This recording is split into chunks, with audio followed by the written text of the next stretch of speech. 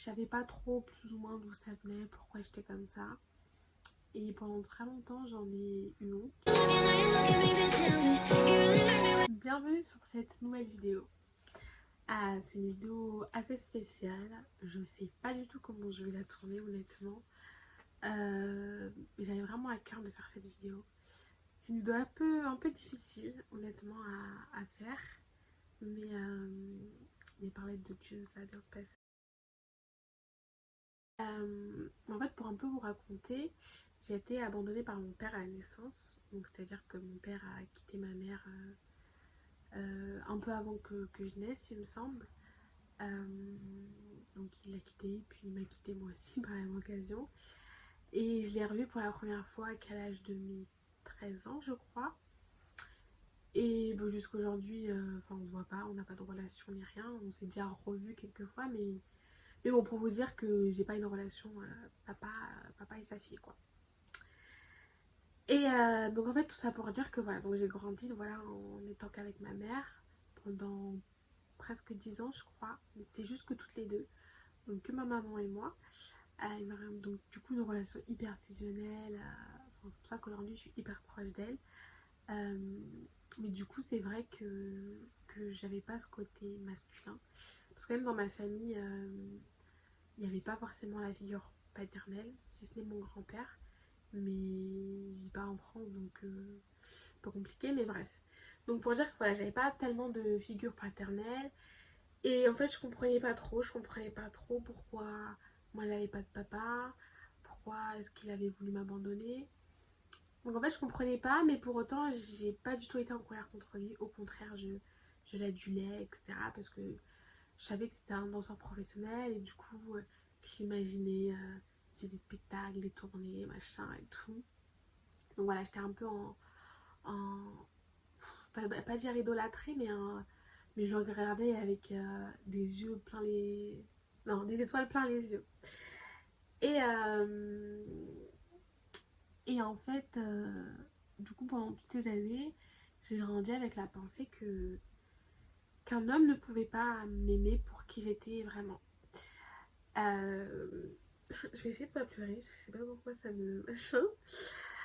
Euh, et du coup, voilà, donc pendant très longtemps, voilà, j'ai dû combattre un petit peu cette pensée de me dire bah en fait on ne t'aime pas, un homme ne peut pas t'aimer, entre autres un homme, mais en vrai c'était un peu tout le monde, mais voilà, Dieu ne peut pas t'aimer non plus. Du coup c'est vrai que ma relation avec Dieu pendant longtemps était assez compliquée, j'avais du mal à le voir comme un père parce que, et puis comme je le voyais un peu comme un homme au masculin, c'est vrai que ça restait très compliqué. Et puis après voilà, il y a eu mon premier viol à 8 ans, pour ceux qui ont vu ma première vidéo. Donc encore pire, je me suis dit, oh là là, ben en fait, je suis appréciée à ma juste valeur que pour mon corps. Surtout que voilà, j'ai eu très vite des formes par rapport à mes copines et tout. Donc voilà, c'était un peu comme ça. Et même je voyais que les garçons de mon collège, de mon lycée, les très rares fois où ils me donnaient de l'affection, où ils manifestaient un peu d'intérêt, bah c'était pour mon corps, c'était pour mes fesses, bref, voilà. Et du coup, ça a créé un petit peu une sorte de... Je vais pas dire addiction parce que je sais pas si c'est le bon terme, mais j'étais un petit peu à la recherche de ça, à la recherche de... Ah là, il me regarde. Rechercher le regard des autres. À l'époque du collège, je sais que quand je mettais un jean par exemple, je me regardais dans le miroir, je regardais comment, comment mes fesses rendaient dans ce jean pour savoir si du coup les garçons qui allaient me regarder, qui allaient regarder mes fesses, est-ce qu'ils allaient aimer. Et en fait, ça c'est hyper toxique, mais en vrai je m'en rendais pas du tout compte. Mais je sais qu'il y en a beaucoup qui pensent comme ça, toujours aujourd'hui, et c'est pour ça que je fais cette vidéo pour vous dire que vous n'êtes pas du tout seul, parce que moi c'est vrai que j'avais l'impression d'être vraiment toute seule, d'être la pire fille au monde, enfin voilà. Mais du coup, voilà, il y avait un peu ce genre de truc. Et pourtant, j'ai jamais tombé dans l'extrême, dans le sens où je m'habillais sexy, je laissais voir un décolleté, quoi que ce soit. J'ai jamais été dans cet extrême-là. Mais pour autant, comme je vous dis, ça passait par exemple par le jean. Ou voilà, par exemple, quand c'était en classe au collège, je sais pas si c'était au collège, quand il fallait aller au tableau et tout, euh, bah voilà, je prenais le temps de bien marcher, machin. Enfin, des trucs vraiment bêtes et qu'on néglige souvent. On se dit, bon voilà, j'étais petite, bête et tout. C'est peut-être vrai pour certaines, mais en tout cas, moi, c'était beaucoup plus que ça. Je recherchais de l'amour en fait. C'est ça, c'est pas du tout de l'amour. Mais ouais, c'est ce que je recherchais parce que j'avais l'impression que il y avait que ça qui marchait, il y avait que ça qui faisait qu'on s'intéressait à moi. Et en fait, c'est là que j'ai compris que j'avais une peur de l'abandon. Ce qui est logique, vous me direz, j'étais abandonnée par mon père, forcément, voilà, j'ai une peur de l'abandon, etc. Et, et du coup, ouais, j'avais vraiment hyper peur tout le temps qu'on m'abandonne, ou par exemple le garçon qui manifestait un peu d'intérêt pour moi, où on était en couple, qui me laisse tomber. Et enfin, en fait, j'avais toujours besoin de plus. Besoin que voilà, mes petits copains de l'époque qui me montrent plus qui m'aiment beaucoup plus que les autres, que je suis plus belle que les autres, que vraiment que genre qui me mettent là, mais pas de manière saine, mais qui me mettent là euh, juste pour que je me dise t'es la plus belle personne au monde pour ce garçon là en fait. C'était vraiment juste ses yeux à lui qui comptaient pour moi, parce que j'avais l'impression de combler ce vide en moi par, par ce garçon en fait tout simplement.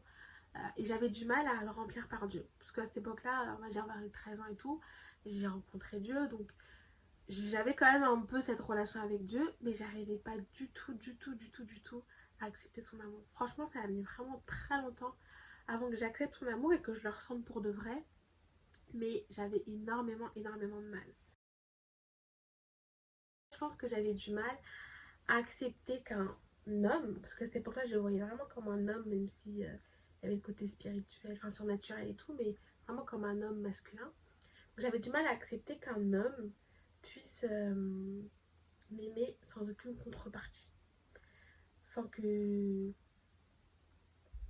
lui donne mon corps, on va dire ça comme ça, sans qu'il veuille rien de moi en fait finalement, juste qu'il m'aimait, juste avant même que je naisse, il m'aimait déjà en fait, juste ça. Je crois que c'était impossible pour moi de d'imaginer que ça puisse être possible en fait. Et du coup, j'avais vraiment du mal avec ça. C'est pour ça qu'aujourd'hui, je suis une amoureuse de l'amour. Parce que, en fait, j'ai vraiment compris c'est quoi l'amour sain. Et j'étais sortie de cet amour toxique, etc. Et juste de me dire, je peux être aimée sainement, mais c'est. Enfin, peut-être pour certains, c'est logique, mais pour moi et comme pour beaucoup d'autres filles, je sais que c'est une libération de réaliser ça. En fait, c'est un poids vraiment en moi. Et en fait, ça permet d'arriver à juste être soi-même. Juste, bah, par exemple, d'arriver à dire, ouais, bah, je suis pas d'accord avec ça, j'aime pas ça. Pendant un bon moment, j'avais vraiment du mal à le faire parce que j'avais peur que si je dis que je suis pas d'accord avec ça, que j'aime pas ça, bah la personne me quitte. Pas dans une relation amoureuse, mais juste, voilà, qu'elle me parle plus, qu'elle me donne plus son attention, etc. Donc, c'était un peu, on dit oui à tout. Et aujourd'hui, bah en fait, non, c'est pas parce que tu t'es pas d'accord avec ton ami, avec même tes parents, etc., que en fait cette personne va t'abandonner. Juste, t'as des idées contraires et tu es qui tu es en fait. Et donc ouais, ça a vraiment été un long travail de longue haleine d'accepter qui je suis, d'accepter la personne que je suis, la femme que je deviens. Euh, et surtout que j'avais vraiment envie d'être libérée de tout ça pour mon futur mari en fait, parce que je voulais pas du tout être toxique pour lui, parce que pour le coup, plus les années passaient, plus j'étais consciente que si j'entrais dans une relation de couple jusqu'au mariage, quoi, ça va être très compliqué pour lui. Parce que finalement, j'aurais recherché chez lui le père que je n'ai pas eu, ce qui n'est pas du tout possible et ce qui aurait été catastrophique en fait. Euh, et sauf qu'en fait, c'est pas du tout son rôle, c'est pas du tout sa place. Et ça permet qu'aujourd'hui, en étant libérée, bah, je sais que quand cet homme rentrera dans ma vie, il aura sa place juste de la personne qui doit être, pas le père que j'ai pas eu. Parce que même si aujourd'hui, j'ai toujours pas ce père, mais j'ai mon père Dieu en fait. Je me souviens à l'époque, j'étais plus jeune, ma responsable de jeunes, euh, Nathalie, si elle passe par là, elle m'avait dit quelque chose qui m'avait vraiment marqué. Elle m'avait fait un peu une illustration. Elle m'avait dit que c'est comme si dans mon cœur, il y avait un vide, une partie qui avait un vide. On va dire que ça avait peut-être le moule d'un homme, un homme, mon père du coup. Et du coup, en fait, il fallait juste que Dieu vienne et vienne remplir ce moule entièrement. Et qu'en fait, ce serait que Dieu qui arriverait à complètement remplir ce moule. Parce que, bah, un homme physique ou, je sais pas, du matériel, des vêtements, etc., peut-être que ça remplirait un petit bout, une petite partie, mais jamais complètement en fait. Et il n'y a que Dieu qui saura prendre cette place parfaite qui manquait en fait, ce manque. Et j'avais besoin d'être comblée d'un amour. Et du coup, je cherchais cet amour partout, partout, partout. Même avec, quand je parle des garçons, parce que c'est un peu le sujet, mais pour dire même avec les filles, avec mes amis, mes amitiés, euh, parce que j'ai toujours eu qu'une seule amie. Euh, et en fait, c'est parce que j'aimais l'exclusivité de me dire c'est ma copine à moi, il n'y a que moi qui l'ai, et je suis que sa copine à elle, et c'est que nous deux en fait. C'était vraiment cette relation hein, de dualité qu'on dit, non, ce duo, on va dire, bref, ce couple quoi, même s'il n'est pas amoureux et tout, mais juste d'être à deux, genre, qu'il y a juste une personne qui est là que pour moi, euh, c'était primordial pour moi. Et aujourd'hui, bah, j'arrive à avoir plusieurs copines, à parler à plusieurs filles en même temps, des amitiés, alors qu'avant, c'était pas du tout possible. Vraiment, j'y arrivais pas du tout, en fait. Et en fait, de me dire qu'aujourd'hui, j'ai plusieurs amis, je, je cherche plus l'attention des garçons, des hommes et tout. Enfin, genre, c'est trop bien, en fait. C'est incroyable. Et juste que en fait, vous dire que vous pouvez vous en sortir, quel que soit le niveau de dépendance affectif que vous avez, la manière dont vous voyez les garçons aujourd'hui, les hommes aujourd'hui, en fait, on s'en sort. C'est pas une fatalité. Vous n'êtes pas la pire personne au monde. Vous n'êtes pas une mauvaise personne. Vous n'êtes pas une mauvaise fille ou une mauvaise femme pour autant. Loin de là. Et bah, en fait, Dieu, il peut remplir ce manque que vous avez, que vous n'arrivez pas du tout à combler. Vous ne savez pas comment le combler autrement. Bah, je vous donne la solution, c'est Dieu, clairement. Demandez juste à Dieu de combler ce vide. Moi, c'est la prière toute simple que j'ai faite. C'est Seigneur, je te demande de combler ce vide dans mon cœur. Je te demande vraiment de me remplir de ton amour inconditionnel, que je puisse accepter cet amour, prendre cet amour et le vivre en fait et le partager avec toi.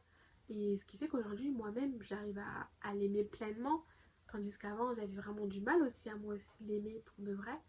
Donc, en fait, je vous encourage à chercher une relation de couple avec Dieu en priorité plutôt qu'avec d'autres personnes, que ce soit dans une amitié ou une relation amoureuse.